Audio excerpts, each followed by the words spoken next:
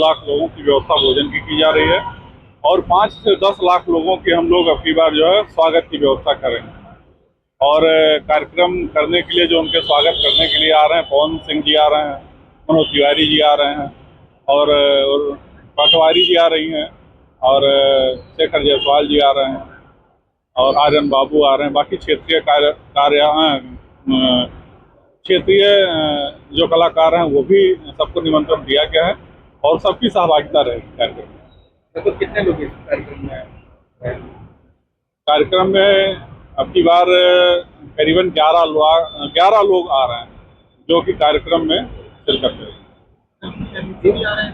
मुख्य अतिथि का अभी कई मंत्रियों जी का निमंत्रण गया है, लेकिन अब किसका आएगा अभी प्रोटोकॉल किसी का आया नहीं है, लेकिन जो भी आएगा स्वागत किया जाएगा। पिछले वर्ष लगभग कितने लोग? अगली बार हम लोग 1,51,000 की व्यवस्था किए थे, अगली बार लगभग 2 लाख की व्यवस्था कर रहे हैं।